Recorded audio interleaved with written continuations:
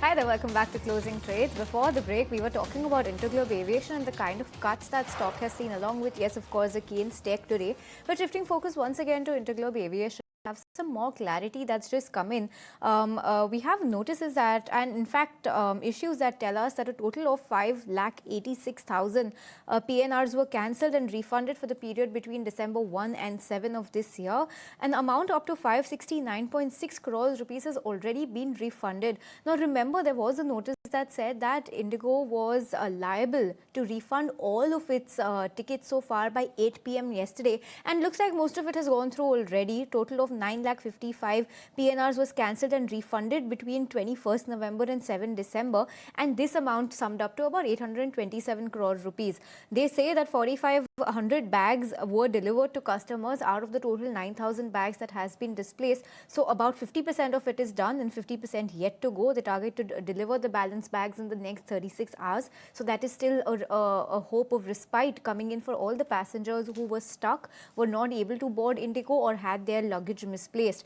And giving their latest update, Indigo plans to operate 1,802 flights to 137 out of its operational 138 destinations, with 500 cancellations still underway. So it looks like most of its operational network is back online. They're flying to 137 destinations today, but that's the latest that we've seen on Indigo. But let's once again focus back on the market right now. And what really stands out to me is this 10.5% uptick that we're seeing in India VIX today. Let's try and get a better sense of where the market is trading on the technicals. We have Rudramurthy BV of Vachna Investments joining us on the show. Rudramurthy, hi, good afternoon, and thanks so much for your time.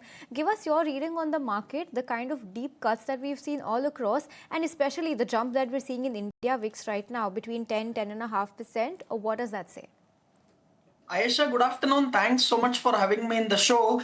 Definitely yes, except for India VIX and the color of my shirt, everything else is on red. So yes, India VIX going up, and you are seeing fall or the capitulation happening on in broader market. That is definitely not a good sign. So whenever we see markets going down, India VIX going up, advanced decline ratio going so bad. See, at one point of time, if you just see the advanced decline ratio, which is now 1:6 kind of an advanced decline, please go and watch F&O stocks. Out of around 265 F&O stocks, hardly some 20-25 stocks are on the upside. The rest 230 plus stocks are on the downside, which is definitely not good. That is something like a 1:10, 1:11 kind of an F&O advanced decline ratio.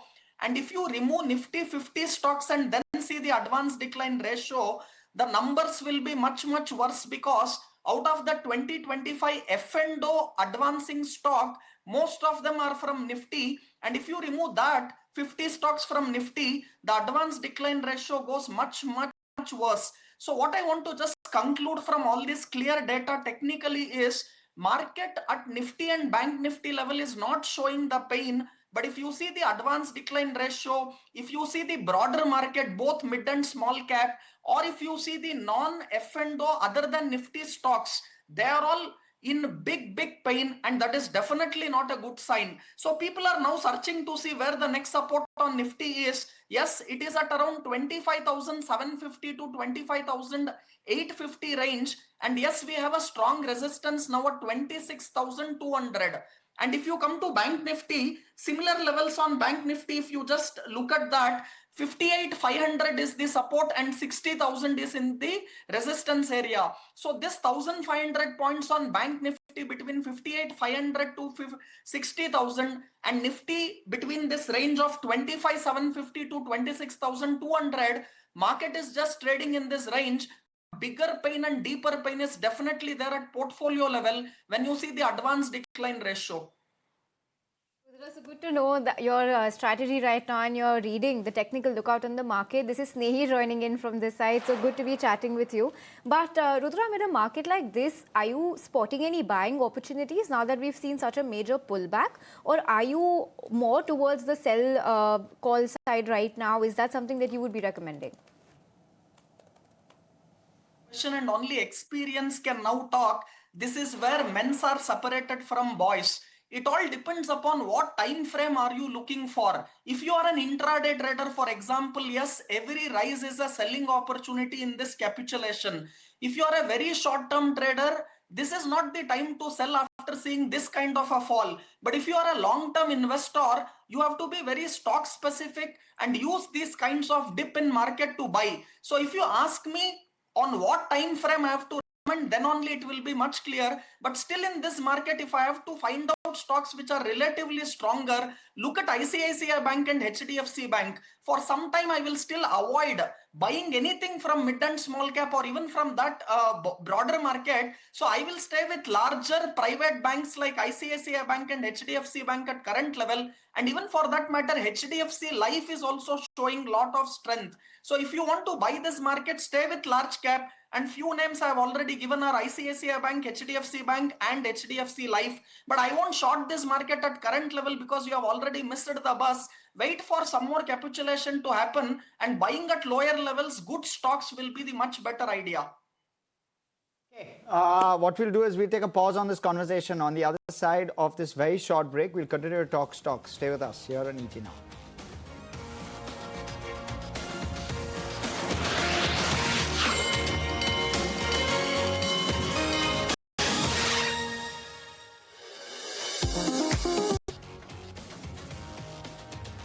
Welcome back, and we have joining us at this point Sameer Dalal, CEO, Natvarlal and Son Stockbrokers. Of course, Kunal continues to be with us, and so does Rudra. Sameer, welcome. Good afternoon. Let me first take your view. What are you finding attractive in a market like this? 1% lower on the Nifty, 1.5% to 2% lower on the mid caps, small caps down 2.5%. Good opportunity to buy, nibble into. What are you looking at, tracking, liking? Yes, absolutely. So there are some opportunities in this market. So, if you look at it, the market has been so concentrated that everyone thinks we are 2% away from the lifetime highs. But if you look at the stocks, we have many of them trading at 52-week lows, right? So that does throw up opportunities. So stocks that we have been looking at and buying over the last couple of days or weeks is some stocks like Titagra Rail Systems, which is doing the freight rails, doing the metro rails. We think the next 3 years opportunity for them is extremely strong. Operations will keep seeing an uptake. The new capacities for the wheels will get on board, and you'll see this scaling up of the profitability. So something like that. We continue to like banks. Two of the banks that we've been very positive on, and corrections is when we keep trying to add them. Of course, it hasn't corrected that much. One is IDFC First Bank. It's still barely down a buck and a half, but if it comes closer to 75, we think it's a great continuation of addition to that one. IndusInd Bank is something we've been buying, so that is good. Then in the QSR space, we've been adding Westlife Developers, which is McDonald's India. We think the consumption story will eventually pick up. It's been probably long overdue. But we think in the QSR space, Westlife and Devyani are two counters that will do well with SSSG coming through. We've been very focused on consumerism, so even Metro Shoes is something that we like. They're expanding their presence. They're getting new brands in which they will scale up, which are premium. So premiumization plays there. So all of these in consumption will do well. There are quite a few others. Can't think off the top of my head right away, but yeah. So this is the kind of space that we are looking at. Renewable energy is something we like. So Suzlon's come to a level which we like. Sterling and Wilson is something we've been buying. Sammaan Capital, after the bad news, has come off a lot, and now it's trading at the same price at which the investment is going to happen by the Dubai-based company. So you're getting it at about 142, and I think their investment is at 139. So you're getting it at a decent price there. So there's so many counters like that we like. We keep adding on whenever we get opportunities like this. Sameer, the last one, Sammaan Capital, why do you reckon it's come off from those highs? So it's come off for the simple reason that the Supreme Court has put the thing that SEBI needs to come up with a reply on why they haven't taken serious action against certain allegations made by somebody who feels that there were certain loans given which were inter-party related, which the company did not disclose in 2017 or 18. Since then, of course, Sammaan has come out and said that, look, These loans have been repaid or mostly in total, or some of them have, where they haven't been, we've taken the write-off and we are done with that. There's no outstanding per se left to any of them. The erstwhile promoter is also no more part of the company, and business is continuing as normal. But till this overhang remains, people are going to wonder whether this investment of 8,800 crores is going to happen. And that has kind of put a bit into the system. But for us, the bank, as Samman is a housing finance company still trading at very attractive values. This was a great fillip that happened. Even if it doesn't happen, the investment, I'm sure they'll be able to raise money from someone somewhere if they need. They're well capitalized at this point of time, so it's not a major concern. That's why I feel it's a good time to go out and buy. Okay, and what do you make of everything that's happening with regard to aviation? You look at Interglobe, you look at SpiceJet. In fact, SpiceJet is doing so well. Last couple of days, it's done very, very well as well. The stock today also is up in trade. Do you believe that this one also looks interesting, SpiceJet, Samir? So, I've always stated that I'm someone who does not like the aviation sector for the simple reason, I've said this probably on this channel also and the others as well, is this is the one industry that is known to make billionaires into millionaires. Because eventually, I mean, if you look globally, very few or almost no one has really made too much money in the aviation sector. And whenever something changes small, even the best of companies get hit quite hard.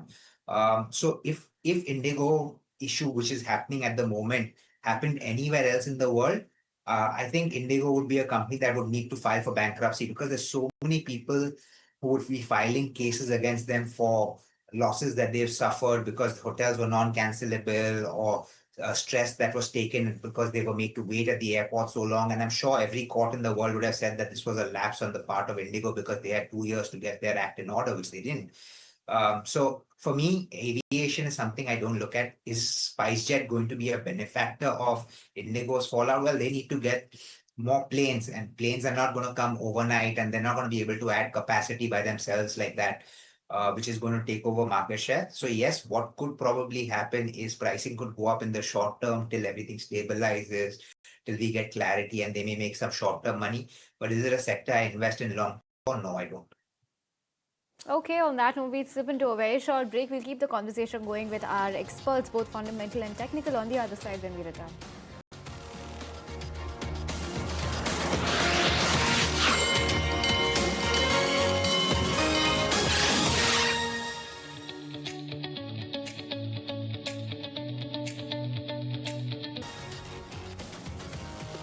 Welcome back, and thanks for staying with us. Couple of buzzers in trade, and let's pull one of those up, especially on the back of volumes really standing out. A latent view analytics stock is up 8%, 20 times 20-day average volume basis which this stock is perked up in trade. Kunal, do you have a view with regard to this one?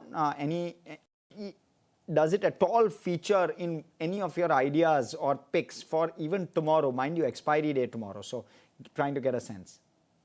So I think purely as a case of volume-based breakout, yes, the stock may find some bit of buyers over here, because today's volume is one of the best volumes the stock has shown on the daily charts, and this of course has trickled into positive weekly charts for latent view in terms of volumes. And the similar price breakout happened in 2023 November, when the stock was almost at levels of 410, 413 mark, and from there the stock went into an uptrending mode for the next 3 to 6 months. So expecting a similar kind of a trend for the stock in the near term. But it's just that with the markets, the way we are, the 7.5% up move into the stock price may be a bit of a stretch.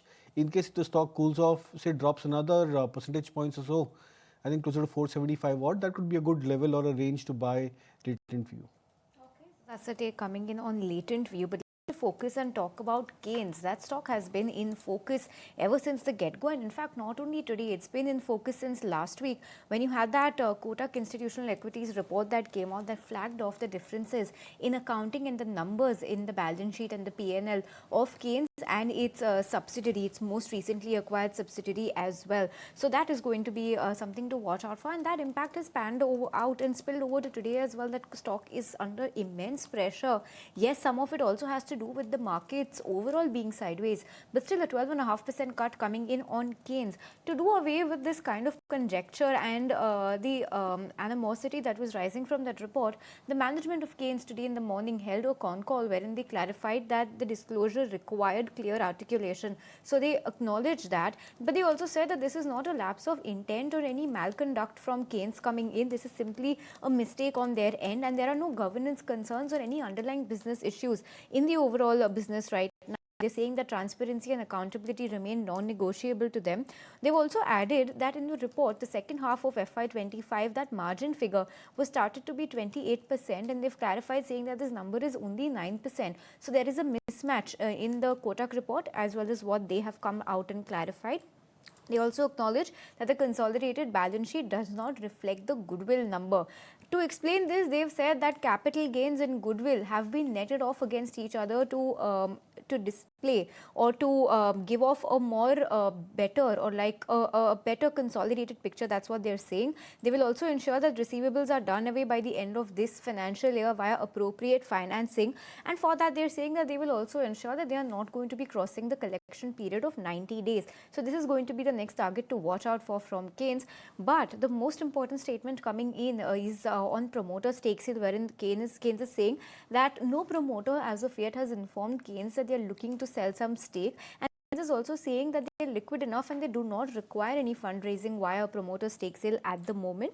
Lastly, they've also said that the main concentration will never move out of EMS. They will continue to be a device companies to various AMISP companies, but they do not want to turn into one themselves. And the major crux of the business and the major focus area is going to be the EMS space. So that's the commentary coming in, or the highlights of the commentary rather, coming in from the Keynes con call this morning. It did get a little bit more technical, wherein they explained all the adjustments. They also said that they are going to be bringing in a new software so that the contra entries are recorded properly. So that's a clarification coming in from them, but that did no good for the street today, because that stock continues to fall, a 13.5% cut on that stock, and a further 1% decline in the last 1 minute that we've been talking about it. So quite the steep cut coming in on Keynes. Harsh, what do you make of this fall coming in today? Well, extremely strong. Let's in fact take a check from Rudra with regard to Keynes. Keynes on charts, Rudra. Harsh, very, very clear. Keep aside the news flow. Look at the price pattern as well as volume action. First of all, once the stock broke 5,300 support, it was a clear free fall. Also, the fall in Keynes has been supported with good volumes on last 3 days.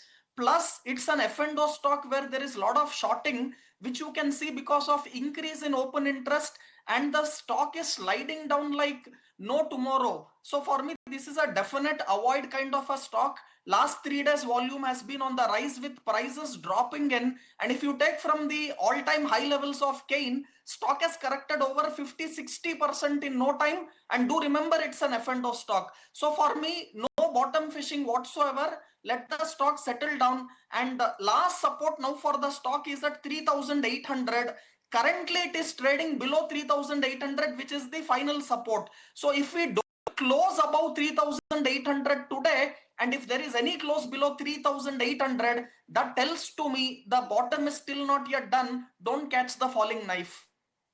That's on Keynes Technologies. Samir, your take on some of the BPC names. Let's talk fundamentals on something like a Nykaa or particularly a Honasa that's falling 7% in trade today. What are you making of this sub-pocket of consumption, and is BPC a theme that you like at the moment?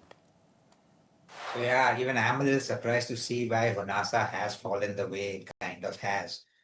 We do have a positive view on the counter. We think the products that they have, the growth opportunity that exists, I think, they will continue to do well. Operating leverages will play out. So we are kind of surprised at the fall as well. But what's kind of happened is, if you barring the large cap, it almost feels like everyone's chosen to ignore the market altogether. The way I could probably put it is, our mutual fund houses are sitting on such high amounts of liquidity and cash, but they are only choosing to deploy it in the large cap at this point of time, trying to create a situation like the markets are still good and we are 2% away from the high. You have people coming, your fund managers coming on TV and say, eventually the FI will come back and they will buy it from us at a higher level. But if you're getting stocks at 40 and 50% lower, I'm surprised that, they already have investments in some of these counters. Why they're not adding on? It is a bit of a surprise. I'm surprised about Honasa. We remain positive. And the other one, Nykaa, I'm not as positive. Yes, they have operating leverage that can play out, but if you look at it, the valuations at where they are and what the company is doing at this point of time, they're completely out of sync. Um, Closer to 170, 180, maybe Nykaa is something that you can look at, but not at this point. Even at 170, 180, I think the valuations are a bit stretched, but that would be a better point for any investor to get in. But yes, like you asked the question, I continue to remain very positive and constructive on the entire consumer space. FMCG will play a second fiddle. I think discretionary will play the first. Okay, and one of the other stocks in focus today, Fino Payment Bank, they've received a small finance bank license. We spoke with Rishi Gupta, the managing director and CEO of Fino Payments, and we spoke about the company's growth outlook, especially in the lending side of things, because that's what really this opens up in terms of the license. And he says that the bank will focus more on the secured lending side, and he spoke about how in 3 years, the bank is likely, or 3 to 4 years, the bank is likely to build a loan book of 10,000 crore with a 2.5 to 3% ROA on it. Listen to a slice of that, and we'll slip into a break. We'll come back to you on the other side. We would focus more on the secured lending per se. We will have a very aggressive approach in building up our liability business. But as far as lending is concerned, we'll go step by step and have a very cautious approach. We want to focus more on the secured side and then also some part of unsecured for our merchant and our ecosystem, but more on the secured products like affordable housing, LAP, gold loan, business loan per se, which is there. Because of the cost of fund, which is there, the advantage which we have, we expect that we'll anywhere maybe 8 to 10% NIM on our business, which is as good as an unsecured lending, but still will be good for our secured basis because of the cost of fund advantage which we have. So our average cost of deposit, which we are looking at, is about anywhere between 3 to 4% over the first 3-4 years of our operations. With that, at a lending rate of about 15-16%, we expect a good margin of minus the credit cost and everything else, a good 8 to 10% net margin, which we are expecting. And that advantage is coming because of the ecosystem which we are getting into.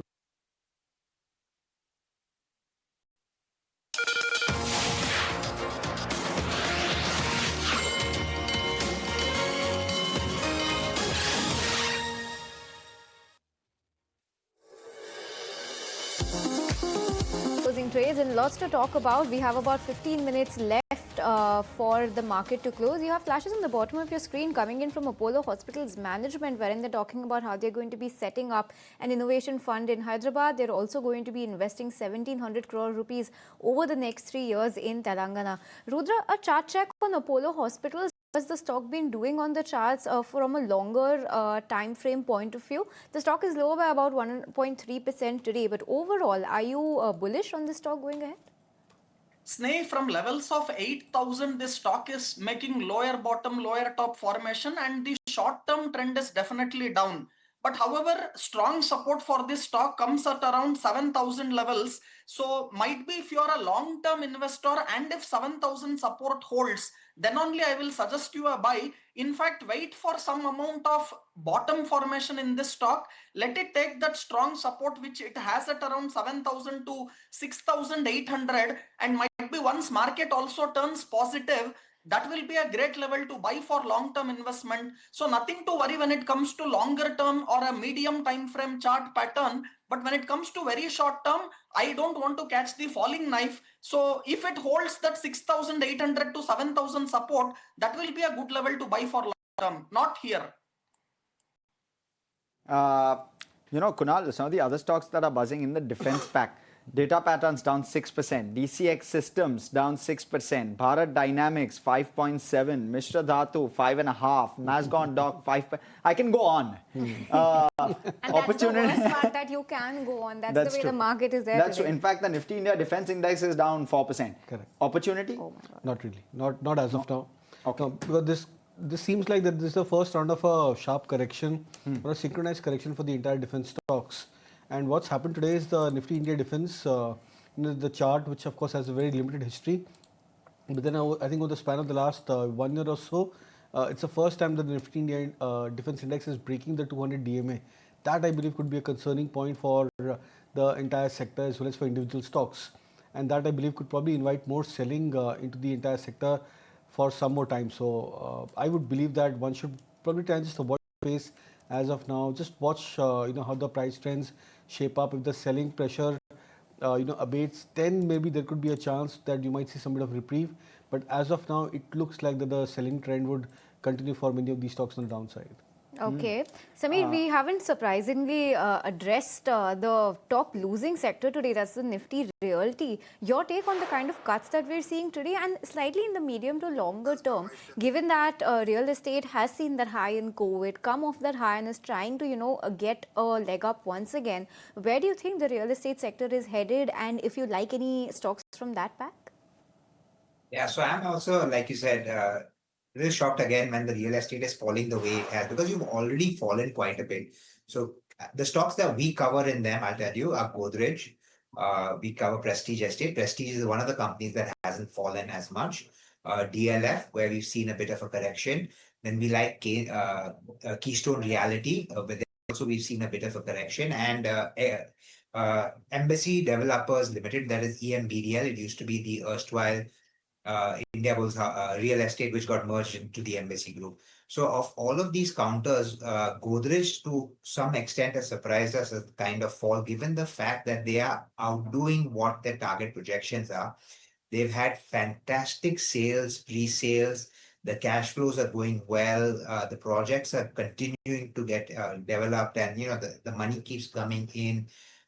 They are looking at increasing the number of projects that they're doing. Valuation comforts have to some extent come in if you look at it based on what they're doing for the future, because what the profitability is going to be for these companies over the next 2 years, for the simple reason that the projects have to be finished in a particular timeline, and you know what they've sold at, and you know what the cost of construction is, and already the land cost and all of that is in the system.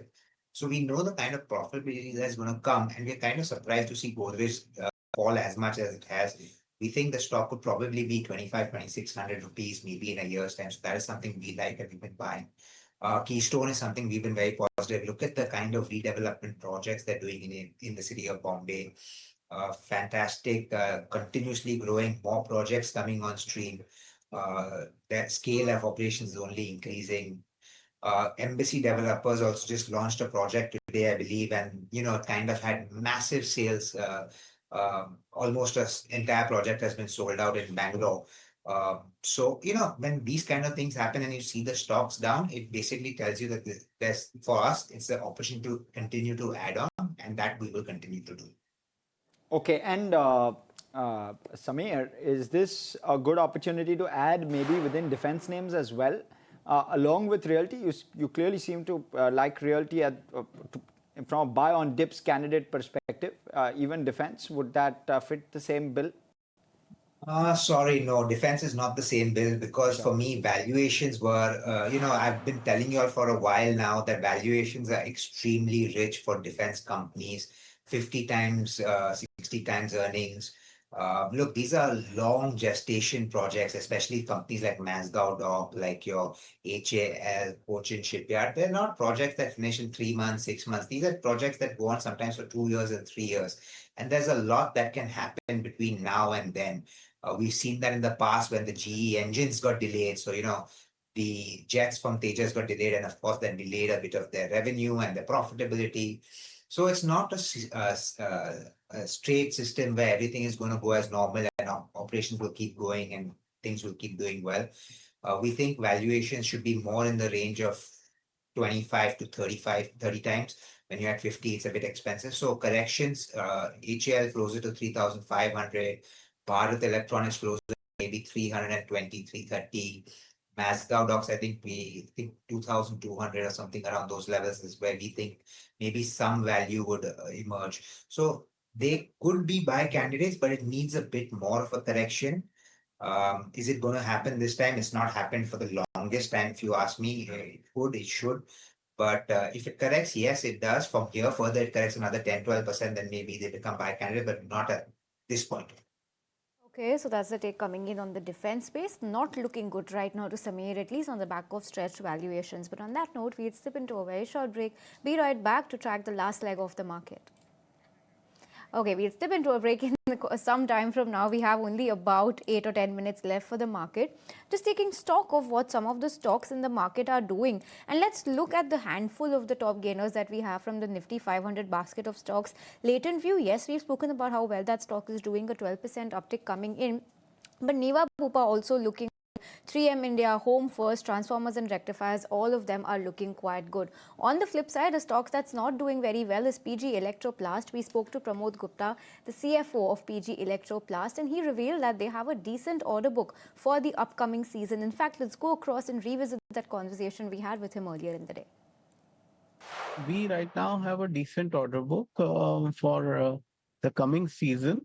We are very optimistic that till March, on a full year basis, we will be able to grow about 15% or so our RAC business, which in the first half has seen a growth of only 2.5%. So basically, it implies that Q3 and Q4 are going to be decently strong quarter for us to take the overall growth for full year to 15% in the AC business. EMS plays, Samir, do you like any of them? And within that, how does PG Electroplast stack up? 4% lower today. So you know what, PG Electroplast, we had a bit of management concerns now because before the last time they announced the results, they sold some shares.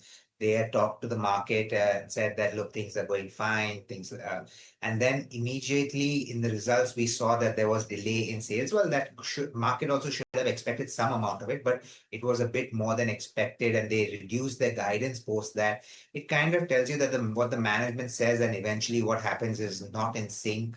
When companies and things like that happen, as an investor, it breaks your trust, and then to regain trust in that management takes a bit of time. So for me, PG Electroplast at this point is an avoid. Now in the entire EMS space, we've seen further problems with now company like Keynes, which is down as much as it is. You all have discussed it already in great depth. Again, what happens is to build confidence in the management again will take a bit of time. So it's something that market should choose to avoid. If there's any play that one should maybe look at is a Dixon Tech because of the kind of growth that is there. It is trading at expensive valuations on a console basis. It's, I think, 55 times 6-month forward and about 42 times 18-month forward, which is expensive given they work on paper-thin margins. If you look at the net profit margins, they're closer to 2%. And if for some reason some pricing pressures come in or certain export restrictions come in, say from the US where they're exporting some of their products, or a certain slowdown happens in sales in India, which affects their ability to operate at the same level, then the margins get hit quite a bit. So for me, at this point, they're all in avoid. But if you have to look at one, it's Dixon Tech that stands out and something I could probably consider to look at this point. Okay, so that's the take coming in on what looks good within those insurance, or rather general insurance data, also life insurance coming through, but general insurance in particular, that stock is holding up fairly well. Itself has done very well over the medium term as well. Rudra, on charts, PB Fintech for you? Harsh, definitely looks positive, and in a relatively so bad market, this stock is definitely holding strong. Last 2 days volume has also been very positive. So stock above 1870 looks good. So at current market price, if one has to do cherry picking and buy stocks which have relative strength, yes, PB Fintech is one among them. And once this stock crosses levels of 2000, it will have a bigger momentum to move on the upside. So buy on dip is a strategy which I would advocate on PB Fintech. So that's the take on PB Fintech. So on that note, Rudra and Samir, we'll let you go and we'll have Kunal with us here for closing comments. But let's start wrapping down on the day. And winding down, we have the market that's not looking good at all. Yes, we are above 25,900.